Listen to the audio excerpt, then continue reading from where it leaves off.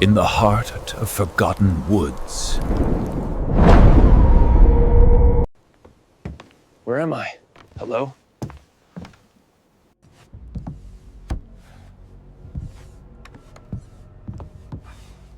Who's there? Stay calm, stay calm. Whoever you are, I don't want trouble. Help me. No, not possible. Wake up, please wake up. It's not real. I know it's not real.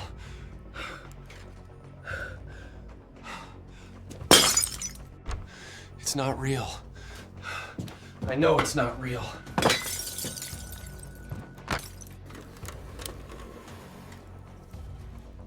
God help me.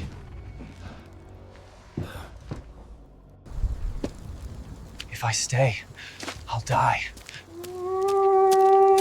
Stay calm. Keep moving.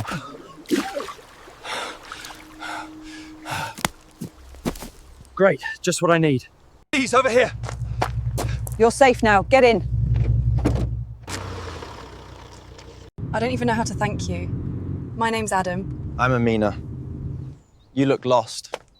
Anyone would have done the same. The night was silent, except for the whisper of the wind moving through the endless trees. A man named Adam opened his eyes, his breath heavy and his body trembling. He found himself lying on a wooden bed inside a small, isolated cabin. The air smelled of damp wood, and the flickering light of an old lantern revealed the cracked walls around him. His heart pounded as confusion clouded his mind. He could not remember how he had arrived here, nor why he was wearing the same torn jacket, dark jeans, and heavy boots. The air inside the cabin was cold, almost biting, and carried with it the faint sound of branches scraping against the walls, as if the forest outside was alive and watching. Adam sat up slowly, his hands trembling, and noticed the silence pressing on his ears. He whispered to himself, "Where am I?" But his voice was weak, almost swallowed by the darkness. The cabin felt both familiar and foreign, like a memory he had forgotten yet feared to recall. A wooden chair stood in the corner, its shadow stretching across the floor. Dust floated in the air like tiny ghosts, illuminated only by the dim lantern. He reached for the door, hesitating, his fingers brushing the cold iron handle. For a moment he thought he heard something, footsteps, but when he opened the door, only the endless forest greeted him. The forest was thick, with towering trees that seemed to bend inward, their branches reaching toward him like dark arms.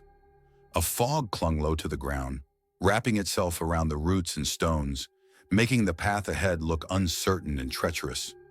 The moon hung above, pale and distant, its light barely able to pierce through the twisting canopy.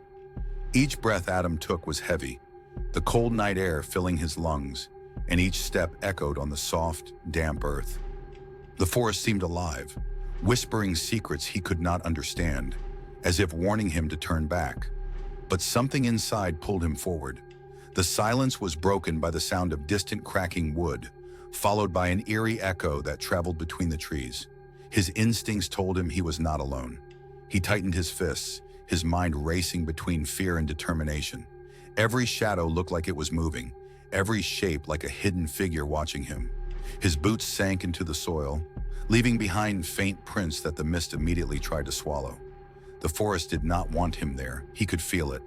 Yet he knew there was no choice but to move deeper. Suddenly, a low howl broke the silence, traveling through the trees like a warning. Adam froze, his breath catching in his throat. His eyes darted around, but the mist concealed everything beyond a few feet. The sound came closer, and his pulse quickened.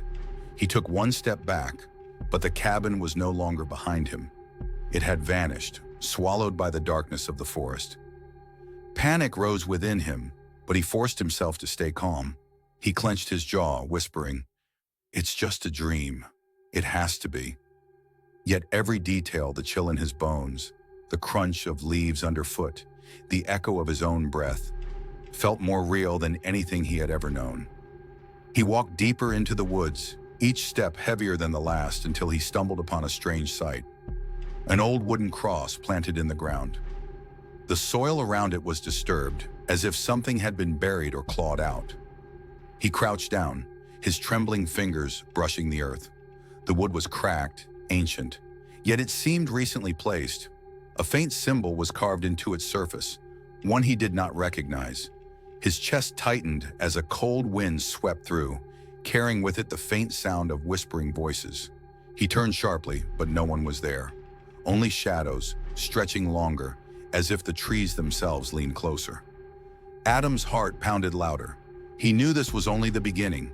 Whatever this forest was, it was alive, and it had no intention of letting him leave. The mist thickened, swallowing the moonlight.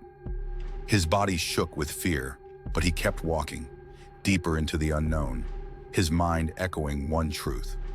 Something was waiting for him in this nightmare, and he had no choice but to face it. Adam's footsteps carried him deeper into the forest, the damp earth swallowing the sound with every step. The mist was heavier now, wrapping around his legs like chains, pulling him down as though the forest itself wanted to consume him. His breath came in sharp bursts, his chest tightening with every inhale of the cold night air. The silence was overwhelming, broken only by the occasional rustle of unseen creatures moving between the trees. Shadows shifted at the edge of his vision, slipping away before he could focus on them. It was as if the forest played with his mind, twisting reality into something darker, something untrustworthy. The cross he had left behind was no longer visible, swallowed by the fog. For a moment, Adam felt as though he was walking in circles, trapped in a maze that had no end. The tall trees, their bark cracked and blackened, leaned toward him as though they were listening to his every thought. He could not shake the feeling of being watched. His hands clenched into fists, his fingernails pressing into his palms, grounding him against the rising tide of fear. He whispered to himself, his voice rough and shaking, "It's not real. It's not real." Yet each time he blinked, the world seemed sharper, crueler, more real than before. Suddenly, the silence broke with a snapping sound, a branch cracking nearby. Adam froze, his body tense. His eyes darted to the shadows, searching for the source, but the fog concealed everything. Then came a low growl, deep and menacing, vibrating through the earth beneath his feet. He turned slowly, his pulse pounding in his ears. Out of the mist emerged two glowing eyes, bright and unnatural, fixed directly on him. His breath caught and his body stiffened. The creature moved closer, its form hidden except for the outline of a massive body and the glimmer of sharp fangs reflecting the faint moonlight. Adam's instinct screamed at him to run. He stumbled backward, his boots sinking into the wet soil. The growl deepened, followed by a sound like claws scraping against stone. His heart pounded as he turned and ran, pushing through the mist, his breath ragged and loud. Branches whipped against his face, the forest tearing at him as though it wanted to hold him back.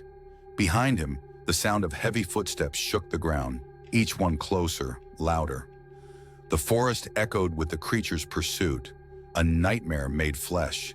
His lungs burned, his body screamed for him to stop, but the terror drove him forward. Suddenly, he burst into a small clearing. In the center stood an old wooden well, its stones cracked and covered in moss. The air here was different, colder, heavier, as if the clearing had been untouched by time. The growls behind him stopped. Adam turned, gasping, but the fog had swallowed everything again. The glowing eyes were gone. The silence returned, heavier than before. He stumbled toward the well, his body trembling. He leaned against the edge, peering into its depths, but all he saw was darkness, endless and consuming. A sound rose from the well, a faint whisper, almost like a voice. His heart froze. The voice was soft, broken, calling his name. Adam. His breath caught, his body stiff. He stepped back, shaking his head. No, this isn't real. But the voice grew stronger, echoing his name again and again until it filled the entire clearing. He pressed his hands over his ears, trying to shut it out, but the whispers seeped into his mind, planting fear deeper than he had ever known. Suddenly, the wooden frame of the well cracked, the sound sharp and violent. The ground beneath him trembled. He stumbled back, his boots slipping on the wet grass. From within the well came a rush of cold air, so strong it almost knocked him off his feet. His lantern flickered, the weak light struggling to survive. The whispers turned into a chorus, hundreds of voices layered together, crying, warning, demanding. He fell to his knees, clutching his head, as though the voices were clawing at his mind. The earth shook again, and from the darkness of the well, something began to rise. A shadowy figure, formless, its shape shifting with every heartbeat. Its presence was suffocating, a darkness that consumed even the mist around it. Adam's breath faltered, his body frozen in place. The figure leaned forward, its voice cutting through the chorus deep and hollow. "You do not belong here." Adam's eyes widened in terror, his body shaking uncontrollably. He scrambled to his feet, stumbling backward toward the trees. But before he could escape, the mist rose higher, wrapping around his legs and pulling him down. He struggled, his hands clawing at the ground, but the forest itself seemed to hold him. He gasped for air, his voice breaking as he cried out, "Help!" Somebody, but no one answered.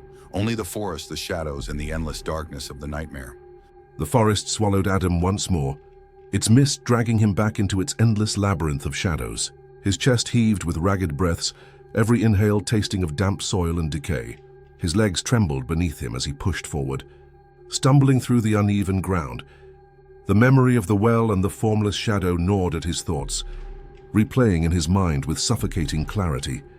The voice, low and hollow, echoed inside his skull. "You do not belong here." It was not just a warning. It was a sentence. The trees pressed closer together, their twisted roots clawing out of the earth like skeletal hands. Every step was a struggle. Every moment a fight against the weight of dread pressing against his body. He brushed against branches that seemed to grasp at his jacket, tearing threads loose. The silence was unbearable, almost more terrifying than the growls and whispers he had heard before.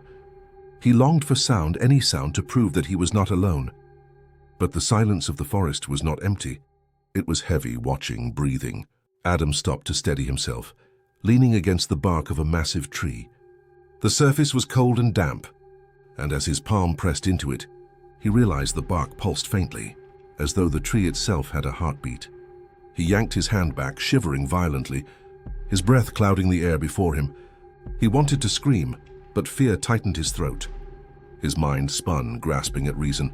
It's a dream. It has to be. None of this is real. Yet his body felt every chill, every scrape, every pound of his heart too vividly to deny. Then, from somewhere distant, came the sound of a bell, a single metallic chime cutting through the forest. Adam lifted his head, listening, his body frozen. The bell rang again, slow and deliberate, guiding him like a signal. His fear clashed with curiosity, but the sound was impossible to ignore. He pushed forward, drawn toward it, each chime leading him deeper. The mist thickened, parting only when he moved, as though the forest was guiding him directly to its heart. The trees eventually opened into a new clearing. At the center stood a small wooden chapel, its structure ancient and decayed, yet its bell tower stood tall. The sound of the bell echoing from above. The sight of it made Adam's chest tighten. The chapel's doors were slightly open, creaking as if inviting him inside.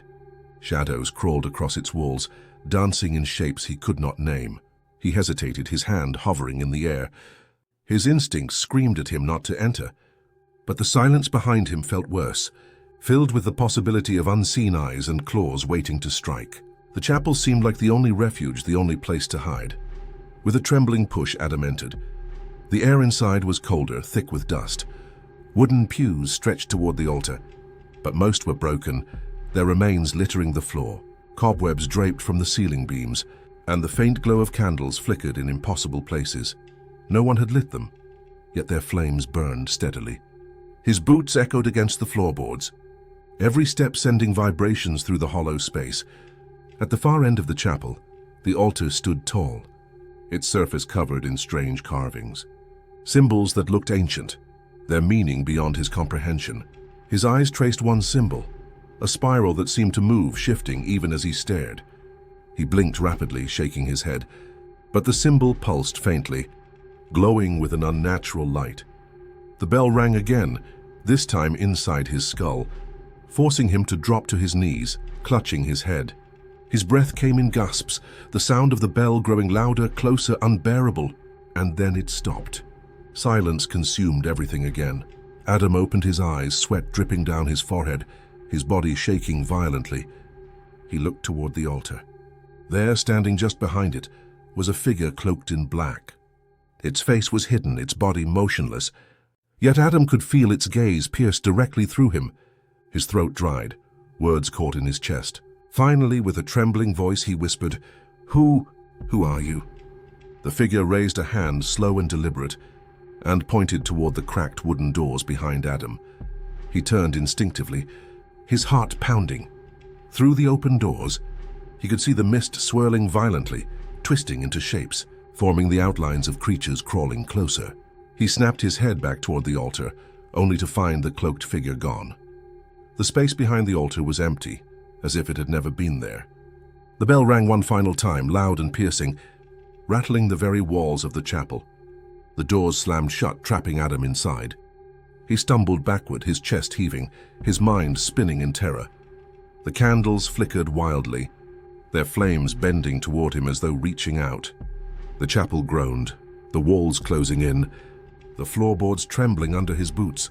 Adam pressed his hands against his head, whispering over and over, "Wake up! Please wake up!" But the nightmare refused to release him. The desert night stretched endlessly, carrying with it both silence and hidden whispers of fate. Ali rode his weary horse under a crescent moon, the cool wind brushing against his face, as if nature itself wished to comfort him. The echoes of past battles haunted his mind, yet his heart carried a fire that refused to be extinguished. He knew the road he had chosen was one that only the brave dared to walk. Every step brought him closer to the inevitable storm. And yet he did not tremble. Instead, he embraced the uncertainty like an old companion. In the distance, the flicker of lanterns revealed the outlines of a small camp. His men, few in number but strong in faith, gathered around simple fires, their shadows long against the sand. They greeted him with warmth, though their eyes carried the weight of worry. Each man knew the odds, yet none turned away. For them, Ali was more than a leader. He was a symbol of truth standing against waves of falsehood. He walked among them, speaking gently, reminding them that courage was not measured by the size of one's army, but by the purity of one's cause. As the night deepened, silence fell upon the camp. The stars above glittered like countless eyes watching history unfold. Ali prayed under that vast sky, his words filled with both strength and sorrow. He prayed not for victory in numbers, but for steadfastness in heart. He asked only that he and his companions remain firm until the end, unshaken by the darkness that sought to consume them. In those moments, the desert seemed to breathe with him, the wind carrying his whispered prayers across the dunes. But shadows moved beyond their camp. The enemy, countless in number, advanced with banners of power and greed. The ground trembled under the march of their armies, a sea of steel and noise. Yet within the small camp of Ali there was no fear, only a calm resolve that radiated from their leader. He rose, sword in hand, his voice steady as he addressed his men one last time. "We may be few, but truth needs no multitude.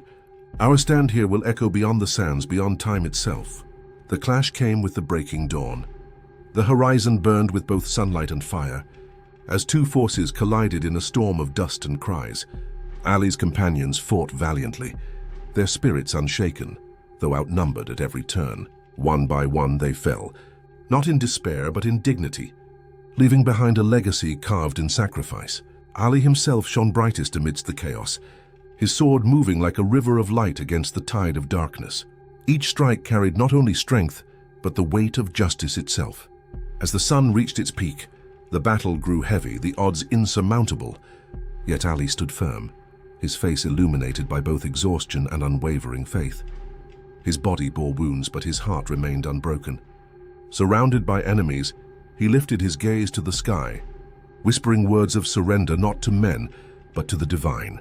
The final strike came, and the desert trembled as if mourning. Ali fell, but in his fall he rose beyond the reach of his oppressors. His truth, his courage, his stand, these could never be silenced. The battlefield lay quiet.